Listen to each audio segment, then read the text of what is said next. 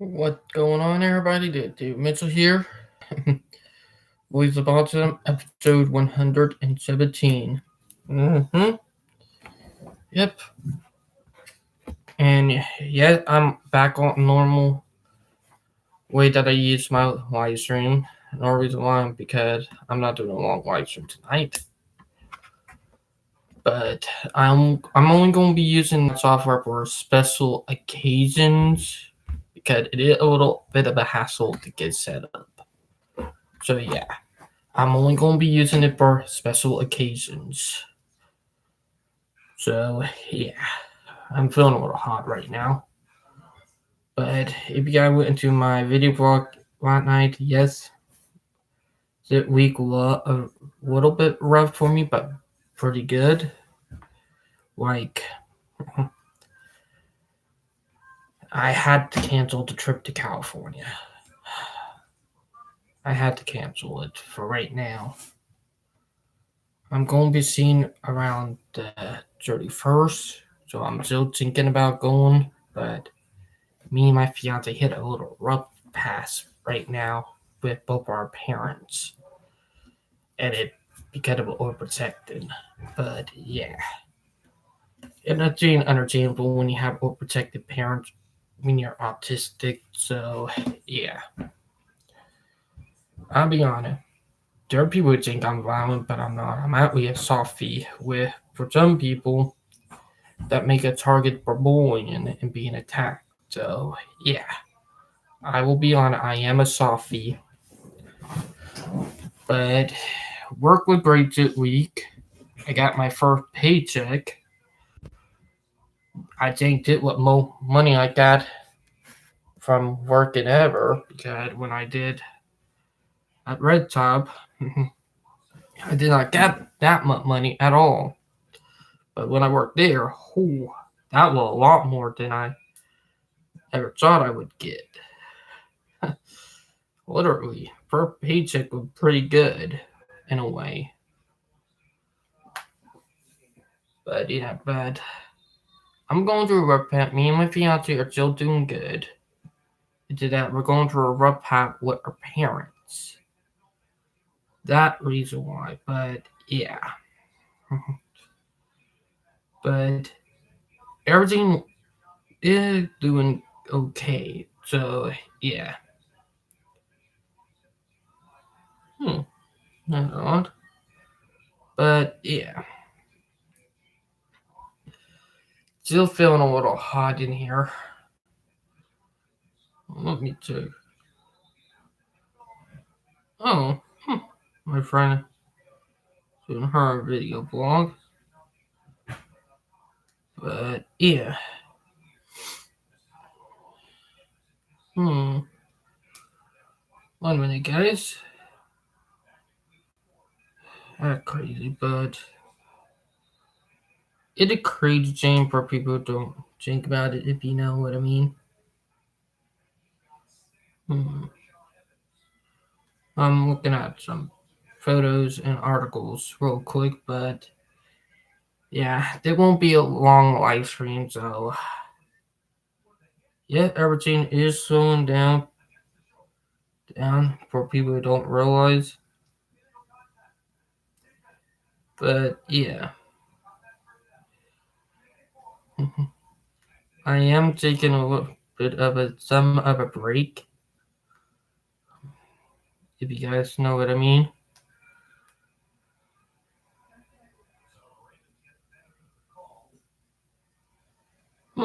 Looking at a meme. That's funny. But yeah.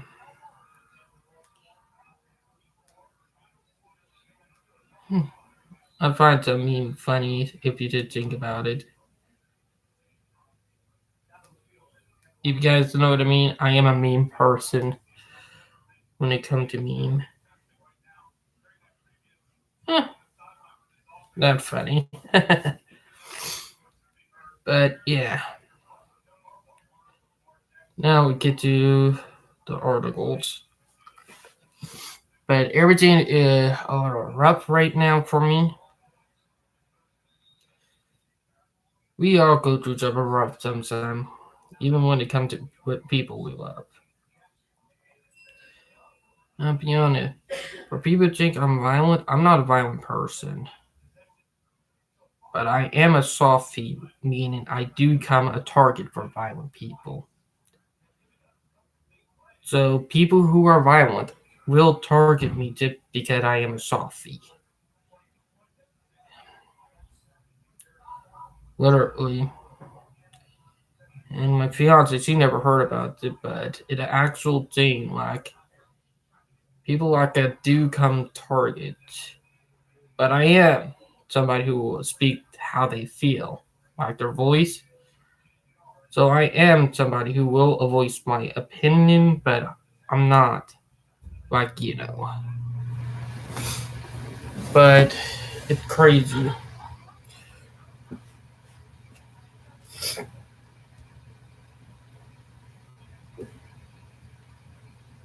Now let's get to the first one. Supporting learning in students with autism, what do professors need to know? November 13, 2019, Shiva Priya Santhanam, PhD. Jason is a bright, ambitious, and warm 22-year-old. He wants to be a geologist. However, Jason has a hard time staying focused in a large classroom. Group activities, competing deadlines, and fast-paced lectures challenge him. He has trouble asking his professors for help, and sometimes comes across as blunt or awkward. Have you wondered how to support a student like Jason? While some young adults seek out vocational options after high school, others pursue higher education in a variety of majors. Several young adults with autism spectrum disorder, ASD, have average or above average intelligence, have advanced language and reading abilities, and are highly dependable and hardworking. Like all students in higher education, students with autism spectrum disorder, ASD, hope and believe that their time in a 2-year or 4-year college, university would lead to a job or a career in their field of interest. However, a large majority of these students do not enjoy their college experience and drop out of college. That's true. The graduation rate of students with ASD across the nation is at 41% in comparison to the 59% graduation rate of students without disabilities, Newman 2. It is expected that approximately 500,000 students with ASD will be seeking post-secondary options in the United States by 2020, Jackson 639. While these young adults and their family members are on the lookout for an enjoyable and meaningful college experience, university faculty and staff are not well equipped to understand and support the strengths and needs of this growing population. In K-12 education, parents in the school district are responsible for providing the necessary services to support the learning and education of students with disabilities, including those with autism. Once these students transition to colleges, universities, the one-on-one support and services are no longer available. Further, the responsibility of seeking out support falls on the young adult. The Office for Disability Services at large part of the support needs to be benefit from these accommodations, provide various accommodations such as extra time in tests, note takers, and specialized seating in the class are no longer available. Luckily, I found that the Autism News Network for journalism and a free class program will eventually come a job which help people who are interested like me into getting our voices out there in journalism to help. Available. Further, the responsibility of seeking out support falls on the young adult. The Office for Disability Services at higher education universities provide various accommodations such as extra time in tests, note takers, and specialized seating in the classroom. Although some students on the autism spectrum benefit from these accommodations, several students find it insufficient and/or irrelevant for their needs. Therefore, a large part of the support needs to be provided by faculty members who have the direct experiential understanding and awareness of their students' strengths and challenges. Given below are some strategies that can be used by professors in their classrooms and offices. It is important to remember that heterogeneity is common in individuals with ASD. Each individual with the diagnosis is unique in his/her abilities. Therefore, not all strategies apply to all young adults on the autism spectrum. That's true. Please consult with an expert or the Disability Services Office at your university for additional support. While the strategies given below are highly beneficial for students with ASD, students with all learning abilities can also benefit from these. That's true. Build trust. Try to find a way to connect with the student, a common topic of interest or a shared goal. Be willing to share both your success and difficult experiences from when you were a student and your journey to becoming a professor. When we demonstrate to the student that we are not embarrassed by our challenges, it creates an atmosphere of openness and approachability for the student and encourages them to share their difficulties as well. In addition, they understand that everyone faces challenges in their education, academic experience. Explain the why. Begin each class with an explanation of why. We discuss the topic and how it relates to real-world applications or future learning. Motivation is a challenge for several students with and without ASD. Understanding the rationale, purpose helps increase motivation and increases the desire to learn. Add more structure. Use more structure in both course design and delivery. For example, start each class with a written agenda on various topics and activities that will be covered during class time. Predictable schedules and routines help reduce student anxiety and encourages them to engage in novel tasks. Be explicit, providing written instructions, diagrams, or graphic organizers in addition to verbal instructions can be helpful for all learners. That's true. Avoid implying, hinting, or suggesting changes without a concrete example. Provide models, examples, and illustrations when possible. Give breaks. We all need a break during a lecture or when we are engaged in learning a large amount of information. Breaks are helpful to increase attention and motivation, and help us stay focused. Provide a 3 to 5 minute break for every 30 minutes of class time.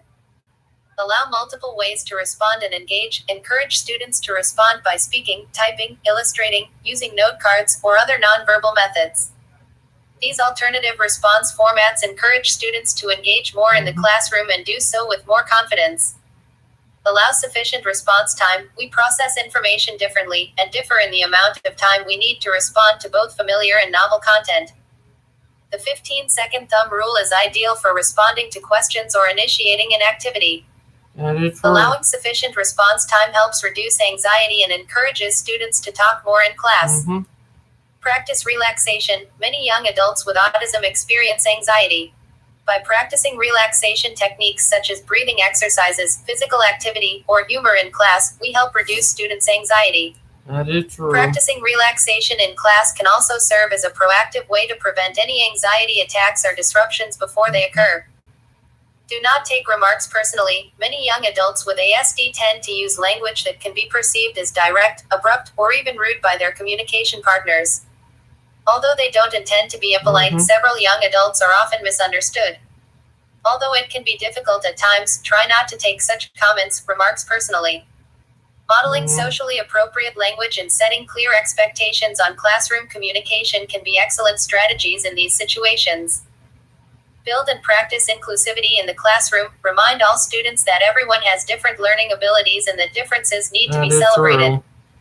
Encourage students to support and mentor each other in classroom activities. Bio, Shiva Priya Santhanam, PhD, CCCSLP is an assistant professor in the Department of Speech, Language, Hearing Sciences at Metropolitan State University of Denver, Colorado. She is the developer of the Integrated Supports for Students with Autism Spectrum Disorders in College, ISIC program at her university. Her research interests include developing innovative methods of intervention to support communication in young children and adults with autism spectrum disorders, supporting parent-child interactions in families of children with developmental disabilities, and multicultural service delivery in speech-language pathology. References: Jackson, Scott L. J., Logan Hart, and Fred R. Volkmer. Preface: Special Issue, College Experiences for Students with Autism Spectrum Disorder. 2018, 639-642. Newman, Lynn, et al. The Post-High School Outcomes of Young Adults with Disabilities Up to 8 Years After High School, a report from the National Longitudinal Transition Study 2, NLTS2. NCSER 2011-3005. National Center for Special Education Research 2011. Santhanam, Shiva Priya. Why we all need to understand the needs of students with disabilities. Web links. Exactly. It's something that I gone through when I was younger. Like, I wanted to go to college, but in the end, I got screwed over. But people don't knew that. Like, literally, like, I was supposed to go to try and check for doing electricity and all that, but I got screwed over because they wanted us to pay for, which, if you did think about it, it was not right. It was actually scummy in a way, if you did think about it. But what have happened was kind of wrong on so many levels, if you did think about it. Just think. It was not right, but yeah. Now we get to the next. What do I wish I could tell your parents on how to prevent or calm your childhood meltdowns? Well, it's about fulfilling my dreams, ambitions, and desires I really have than what desires that they thought. Just over that from Val to how you feeling about her mom. I understand what you mean by it, but yeah. Autistic adults share what could have helped them during meltdowns as kids. Ellen Stumbo. Follow. July 6, 2018.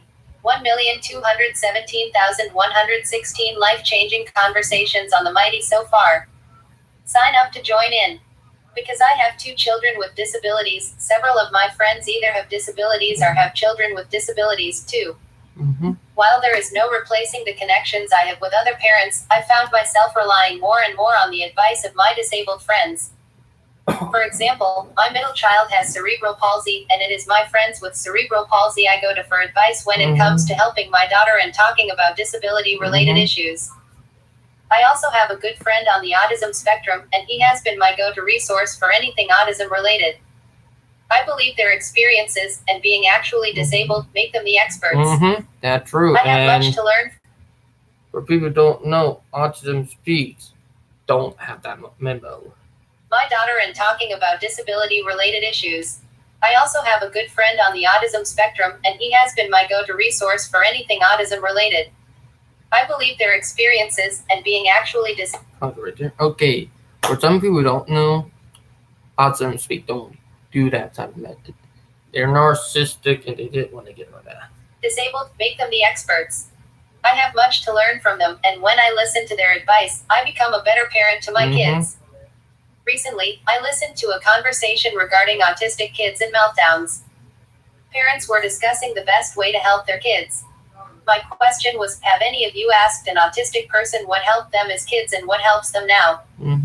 This reminded me once again, we should be listening to the voices of autistic adults who have been there, done that, and who have solid advice to offer, given their personal experiences. But that don't happen. So we reached out to our autism community, and I also reached out to my friend Carlisle, who runs an autism support group and could help me make more connections with other autistic adults.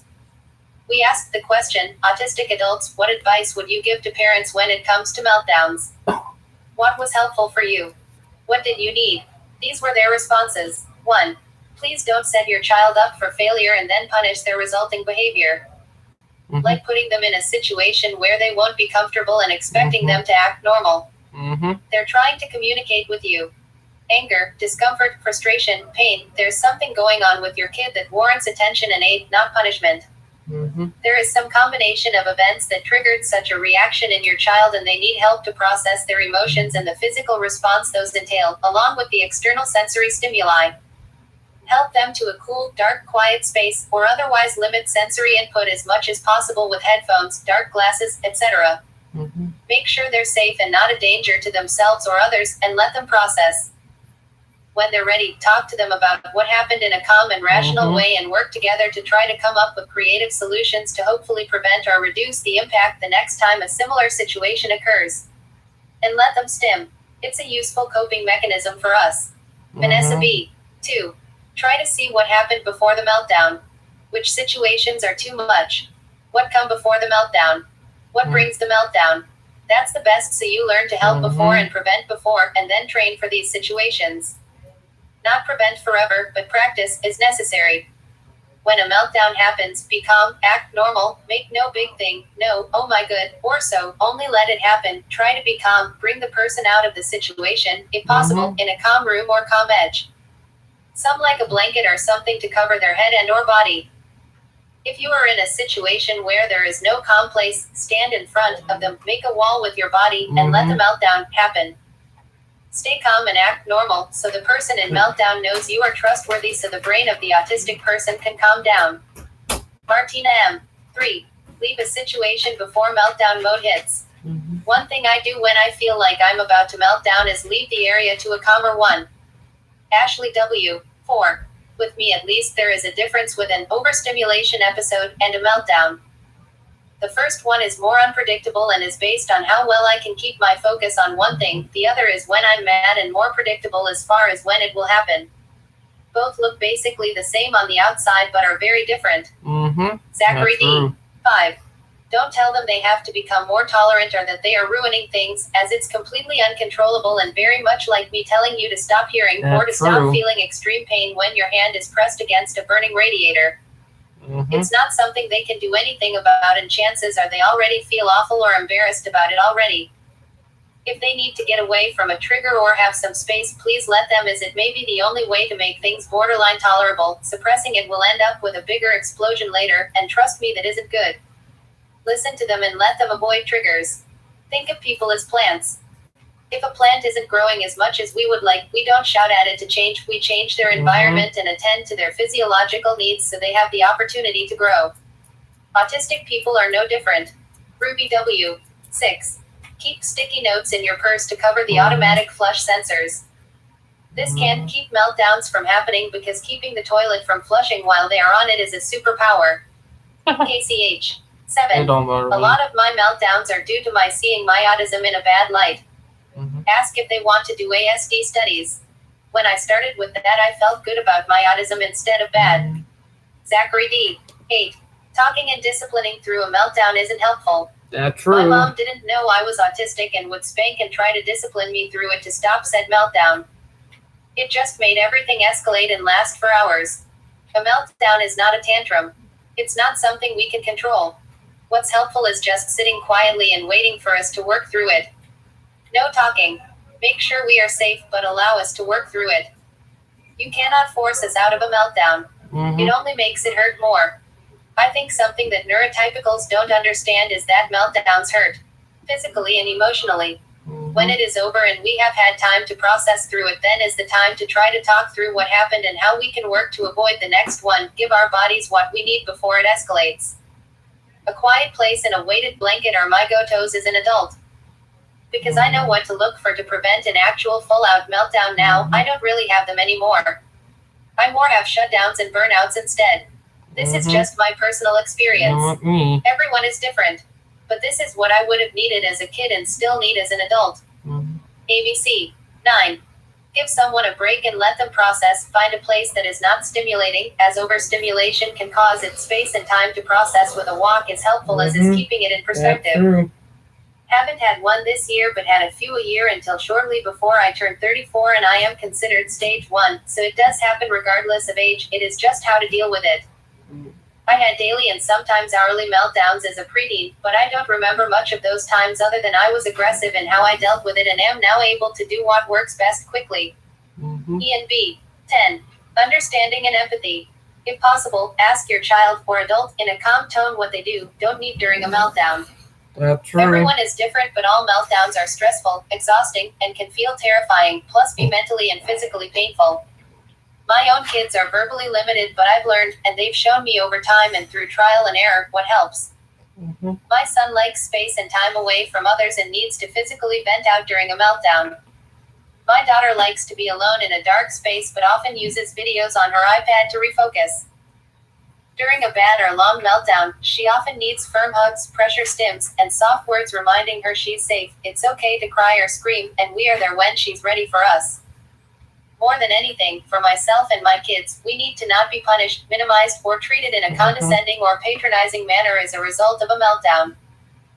We melt down when we're dysregulated or overstimulated, so, after receiving kindness and love, what really helps in my household is to evaluate what's on everyone's plates and adjust or lighten the load, adding extra time for stims and self-care as a means to build up spoons.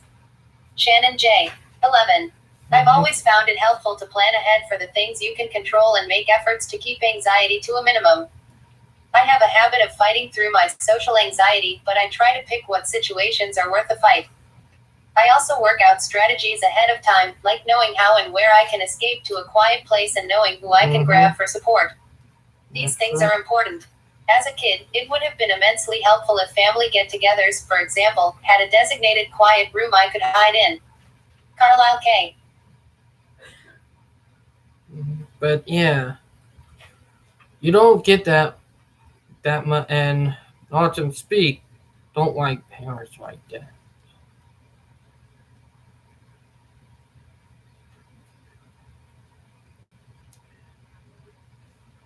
But Autism Speak really hurt for that. Like with ABA therapy, it's not good.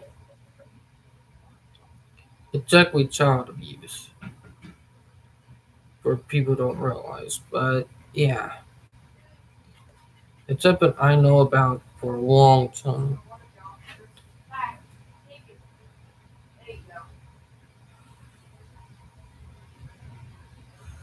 Like it may be crazy, but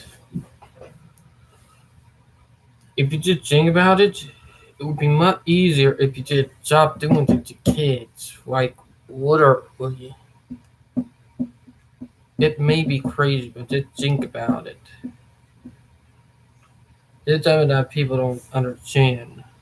Like literally, we autistic people get messed up from it.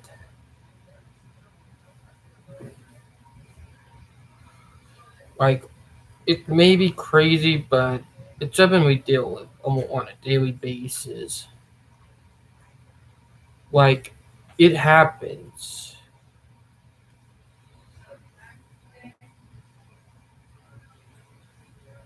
but yeah,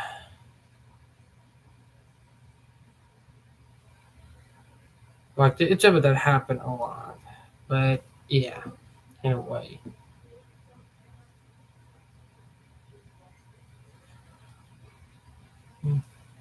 1 minute, guys. Why we shouldn't overlook leaders with autism. Mm-hmm. Staying inclusive of everyone's skills can help support all leaders and set your company apart. By Adam Croman, co-founder of the Eddie Croman Foundation.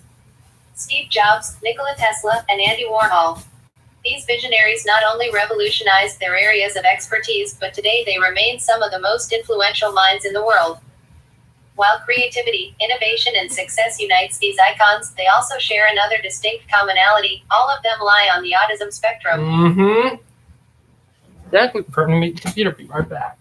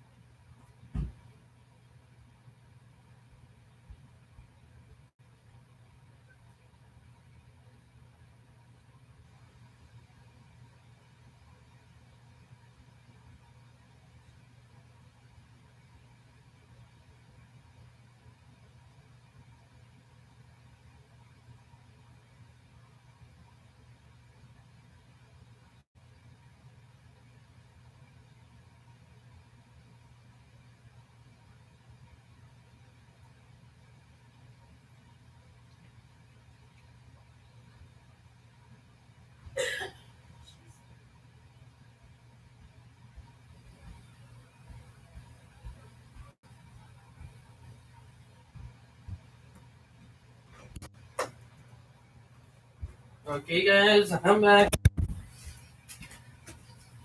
But yeah. Spectrum.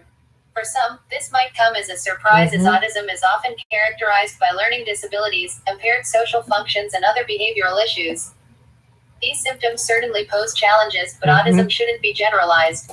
Social stigmas still surround those diagnosed with autism, but we shouldn't discount those with autism as incapable leaders either. As evidenced by the innovators above, those on the autism spectrum can offer the intelligence, drive, and insights that help make the world go round. Above average intelligence helps innovation thrive. There is still a social stigma surrounding the hiring of workers and leaders with autism.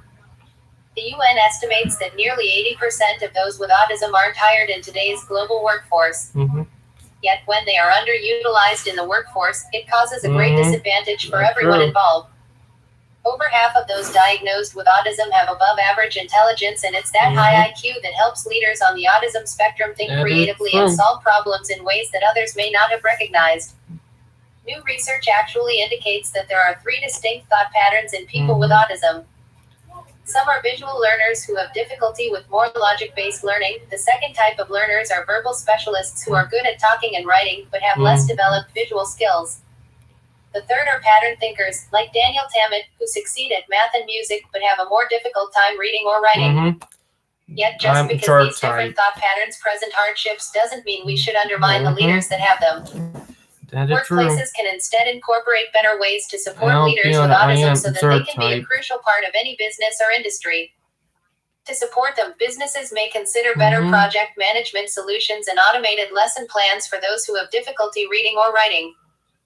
Further investing in visual tools like VR or integrated gamification software can help those with autism learn in fun and social ways. What's more, innovative tools like smart stones and musical cubes help those with autism use social play to learn and think. With these tools, it can help harness the high intelligence of those with autism as entrepreneurs, managers, and other leaders. Keep in mind that every leader has their faults, but those on the spectrum can offer mastery and insight that help businesses become even more successful. The passion to create change. Often, those with autism experience intense feelings, hyperfocusing on the areas they're most passionate about. This is a memorable characteristic to harness in leadership, as the passion to create is essential to solving the world's greatest problems. Greta Thunberg, for instance, says she became influential because of her autism, not in spite of it. Bluntness is a common trait of those on the autism spectrum. I see the world a bit different from another perspective, Thunberg told New Yorker reporter Masha Gessen. It's very common that people on the autism spectrum have a special interest. I can do the same thing for hours. Thunberg, for people who don't know, that she is the eco-green activist or the environment activist who would speak in her voice on climate change. Well, I am a big supporter. She became more popular than Temple Grandin with Beat That, Temple Grandin. That a good thing. Hours. Of course, for Thunberg, that special interest was climate change, and she couldn't understand why everyone on the planet wasn't similarly obsessed with preventing it. Once committed to an issue, those with autism are often known for being proactive with their passions. That's true. That's the type of leadership we need to solve the world's biggest problems. The movement to bring cognitive diversity into the workplace. No matter the type of leader, workplaces are beginning to consider the importance of leaders with autism. The movement is growing for neurodiversity in the workforce because of the bias and other barriers that those on the autism spectrum face. In 2011, for example, the Autism at Work program grew from a side project by SAP Labs India branch into a company initiative to have at least 1% of its workforce with ASD. The managing director, VR Faros, took inspiration from Specialistern, a Danish software company that hired 75% of its workers with ASD. Yeah, true. People with ASD often don't promote themselves well, which can obviously be a huge downfall for a business leader, but the SAP program starts introducing candidates with a training round where they can individually experiment with Lego Mindstorms projects escalating in difficulty. They next move on to team challenges, followed by a 5-week training period developed by Specialistern. Soft skills training, like social interaction and professional norms, are also provided by public or private organizations who work with the ASD candidates. Issues other new hires may not have to think about can stymie a new hire with ASD. After landing a job, Autism at Work participants are given mentors and team buddies, existing SAP employees who volunteer, as well as a job and life skills coach usually provided by a partner group. Think about if we did this with leaders, or if we included more leaders with autism as part of a trio of founding members. This way, autistic leaders could allow their voice more accurately heard in the workforce. Exposing more companies to leaders with autism and giving them the opportunity to train their employees for autism awareness can secure the steps to helping more of them in the workforce. Too often, they're discounted as hard to deal with when, instead, we should be encouraging leaders on the autism spectrum to harness their ideas and work with others to bring them to fruition. Without them, we wouldn't have the Warhols or the Darwins of the world, and that would mean a less vibrant and dynamic world where evolution is put on the back burner. You get that right? That is so true right there for people who don't realize how innovative and how we autistics have changed the world.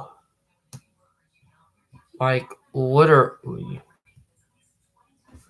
Oh, did was from January 1st, and I forgot about Soji. Happy New Year. Party popper, look at all we've accomplished. But yeah. But it's crazy in a way. But yeah. Happy New Year, everyone.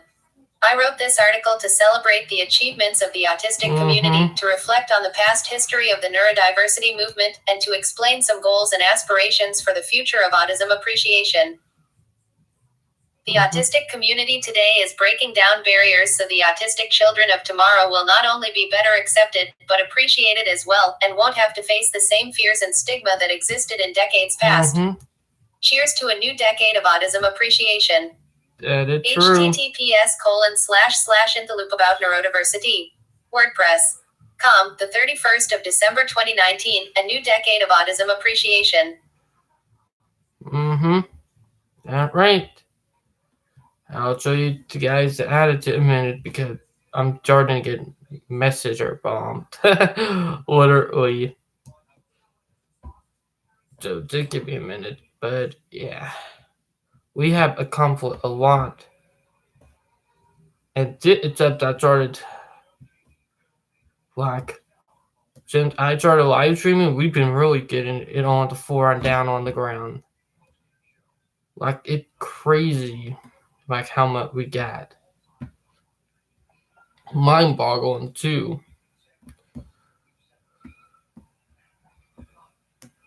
A new decade of autism appreciation. Posted on December 31st, 2019 by Cassandra Crossman. Yep. Image description: a neurodiversity flag that Autistics for Autistics Ontario, A4A, raised in April 2019 at Toronto City Hall. Photo credit: NL from London Autistics standing together, last.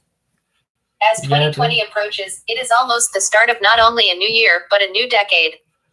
It has been over 20 years since the term neurodiversity was coined in 1998. How has the neurodiversity movement progressed throughout the decades, and what should the next decade look like for autistic advocacy? In the 1990s to 2000s, the Americans with Disabilities Act was established thanks to the hard work of disabled activists. Autistic advocate Jim Sinclair presented his speech, "Don't Mourn for Us," at the 1993 International Conference on Autism in Toronto, which told parents of autistic children as well as society at large not to grieve for autistic people, but to celebrate them. Sinclair also co-founded the Autism Network International, one of the very first autistic advocacy organizations that was founded by and for autistic people. At the end of the decade, autistic sociologist and advocate Judy Singer coined the term neurodiversity in 1998, birthing what would become the neurodiversity movement. Report this AD. However, the 1990s also saw the rise of one of the largest medical hoaxes in history, when the now discredited ex-physician, Andrew Wakefield, published a falsified study in The Lancet in 1998 claiming a link existed between the mercury preservative in the measles, mumps, rubella, MMR, vaccine and autism diagnoses, causing a global scare of an autism epidemic, and causing worried parents to stop vaccinating their children out of fear that they would catch autism. This originated one of the biggest battles that autistic activists continue to fight today. The ongoing battle of autism pseudoscience that started when the neurodiversity movement had only just begun. In the 2000s to 2010s, the larger goal was establishing the neurodiversity movement and fighting the dominant medical model of disability is reinforced by Wakefield and ableist organizations such as Autism Speaks, which was founded in 2005 out of a desire to cure Bob and Susan Wright's autistic grandson. The Autistic Self-Advocacy Network, ASAN, was founded in 2006 by autistic advocates as a response to the lack of autistic voices in the dialogue about autism, with the motto, "Nothing about us without us," paving the way for multiple other autistic advocacy organizations to form in the 2000s and 2010s, such as the Autistic Women's and Non-Binary Network, Autistics for Autistics Ontario, Autistics United Canada, Yellow Ladybugs, Autistic Girls and Women, Autistic Inclusivity Meets, and a brand new organization as of late 2019, Fierce Autistics and Allies, among many others. Report this AD. At the same time, autism was mainly viewed as something to be eradicated or combated rather than accommodated and accepted. The Combating Autism Act was signed into law by President George Bush in the United States in 2006 that funds cure and treatment research for autism, and this legislation continues to be renewed every 5 years. Wakefield's MMR scare led to dire consequences for unvaccinated children around the world, including autistic children. It led to the introduction of pseudoscientific autism diets, supplements, and lethal methods such as chelation and detox, such as chlorine dioxide or MMS bleach, to attempt to remove toxins, such as heavy metals or parasites falsely believed to cause autism. Harmful figures emerged that supported Wakefield's dangerous views and rhetoric, such as anti-vaxxer celebrity Jenny McCarthy and advocate of MMS bleach Carrie Rivera. Wakefield was discredited and stripped of his medical license, and his publication in The Lancet was retracted in 2010, over a decade after the publication. Report this AD. The 2000s created a generation of autistic children, a generation that I myself am a part of, that were falsely led to believe that we were poisoned, diseased, or were somehow missing or incomplete. That's true. Many parents were given the tragedy narrative of autism the moment their child was given an autism diagnosis, and turned to pseudoscientific autism cures and treatments as a result. We heard messages from the media, from Autism Speaks, from anti-vaxxers, that autism and autistic people were undesirable, and many of us internalized these messages growing up. This was a generation of autistic children that grew up to be autistic adults now, approaching the 2020s.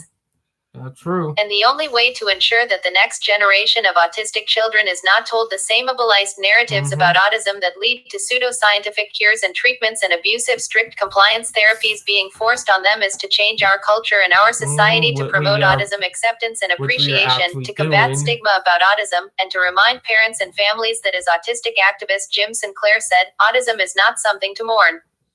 It is not an epidemic that Andrew Wakefield claimed it to be.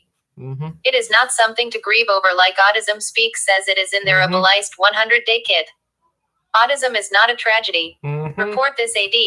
Fighting the tragedy narrative of autism was a big goal in the 2010s to 2020s. Autistic activists and allies have made great progress in the 2010s for challenging public societal stigma about autism, protesting ableist organizations and institutions, fighting autism pseudoscience, and changing legislation to be more accommodating and accepting of autistic people. Right. Many new autistic advocacy organizations and spaces were formed, and through social media, autistic people were able to form not only physical movements, such as organizing protests of Autism Speaks fundraisers and pseudoscience conferences, but wide-scale virtual movements as well. One such movement was the hashtag Red Instead to challenge Autism Speaks, Light It Up Blue autism awareness campaign every April that aims to raise money for their board members and CEOs and create PSAs that contribute to stigma about autistic people. Another was the hashtag Say the Word to advocate for identity first language when addressing autistic and disabled people. In 2014, the Autistic Self-Advocacy Network led the movement hashtag Stop Combating May and successfully changed the name of the Combating Autism Act to the Autism Cares Act, although the legislation itself is still problematic and heavily focused on combating autism through funding cure and treatment research. True. Report this AD. In 2019 alone, autistic activists have made big waves in advocacy. Autistic people and allies collectively convinced Voodoo Donut to withdraw support for Autism Speaks and support the Autistic Self-Advocacy Network instead, protested the Judge Rodenberg Center, JRC, and the Association for Behavioral Analysis International for its endorsement of electric shock at the JRC, sent a loud message to Autism Speaks that the autistic community strongly prefers identity-first language, made public comments to the FDA to implement stricter regulations and issue warnings about MMS and other pseudoscientific autism cures years convinced big platforms such as YouTube, Amazon, and Pinterest to take action against searches and videos that promote autism pseudoscience, and publicly protested against Autism Speaks in person and virtually by telling them that they don't speak for autistic people. The Canadian-based autistic advocacy organization, Autistics for Autistics Ontario raised flags this year featuring the neurodiversity symbol for the first time ever, sending a public message to spread acceptance of autistic people. Right. Indeed, the 2010s, and just this year alone, were monumental for the neurodiversity movement. Report this AD. Unfortunately, much progress still remains to be made in the next decade. Autism Speaks, an organization with an extensive ableist history, is still the most visible autism organization in the world. People still largely use outdated and pathologizing symbols and terminology, including functioning labels and the ableist puzzle piece symbol, to describe and depict autistic people. The largest social media platforms largely ignore autistic people when told something they are promoting is problematic, such as Facebook promoting the blue bucket for Halloween in 2019, even when hundreds to thousands of autistic people commented on the post, telling them why the trend is dangerous and can make autistic children vulnerable. That's true. The Autistic Dark Web, a group of people, including other autistic people, emerged this decade and have written numerous articles that have hurt the autistic community and have harassed other autistic activists, such as Sarah Jane Harvey of Agony Auta. And despite protesting from the SLP Neurodiversity Collective, abusive applied behavioral analysis has significant influence and competencies for speech-language pathologists who seek to be certified in autism. Report this AD. In the 2010s to 2020s, the main goal was fighting the tragedy narrative of autism and moving away from autism awareness to autism acceptance. As we head into the 2020s, the goal for this decade should be to not only promote autism acceptance but autism appreciation as well. Autism appreciation is a step above even acceptance, as it requires not only accepting the ways that autistic people communicate with others and interact with the world, but appreciating the different insights and perspectives that autistic people have. Just as accepting autistic people requires more than simply being aware of autism and the existence of autistic people, appreciation of autism and autistic people means to take active effort to not only learn, but to also admire neurodivergent viewpoints and the light they shed on the world. Report this AD. As the 2020s approaches, even as it's been over 20 years since the term neurodiversity was founded, not everyone has heard of neurodiversity, let alone learn how to appreciate neurodiverse people. Even as an autistic person, I myself had not even learned the term neurodiversity until I was in college and connected with other autistic people. I did not heard it until I hope that in the 2020s this will begin to change and the term neurodiversity will be more commonplace. In order for society to better appreciate autistic people, we need improved visibility and media representation to dismantle harmful stereotypes about autism that emerged from previous decades, such as the myth that autistic people lack empathy, or the myth that only boys or men can be autistic or are more autistic than women and non-binary people are. With Pixar's short film, Loop, coming out early 2020, perhaps this could be a start to improved representation of nonverbal autistic people as well as autistic people of color. We also need increased support for autistic-led organizations rather than ableist, harmful organizations that have the autism tragedy narrative mindset that have plagued previous decades. In the 2020s, an upcoming generation of autistic people, including myself, who were children during the MMR scare and rise of autism pseudoscience, are now doing everything we can to fight it. We continue to fight the tragedy narrative of autism and the many repercussions that came with it. The autistic community today is breaking down barriers so the autistic children of tomorrow will not only be better accepted but appreciated as well, and won't have to face the same fears and stigma that existed in decades past. Cheers to a new decade of autism appreciation. You got that right. We've been working hard for our future, and we will one day get better treatment, and I hope I'm still alive when it happened. I really am. We gotta keep on fighting a good fight and tell them how we feel.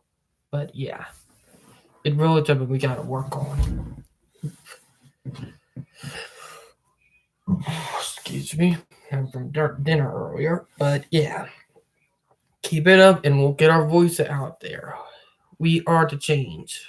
We get our voice out there and we work hard. But yeah, it's something we work on a lot, and we need to get our voice out there. And I really do mean it. it's something we need to work on hard, and I mean hard, and I really do mean really hard. But yeah, it's crazy, but we need to do it to have a better future, and it's up and I'll be honest. And you guys already now know that I am a softie. With for people who don't know that do make me a big target of people who are violent. But I'm not a violent person. But yeah, I'm very sweet. And my dogs are snoring, meaning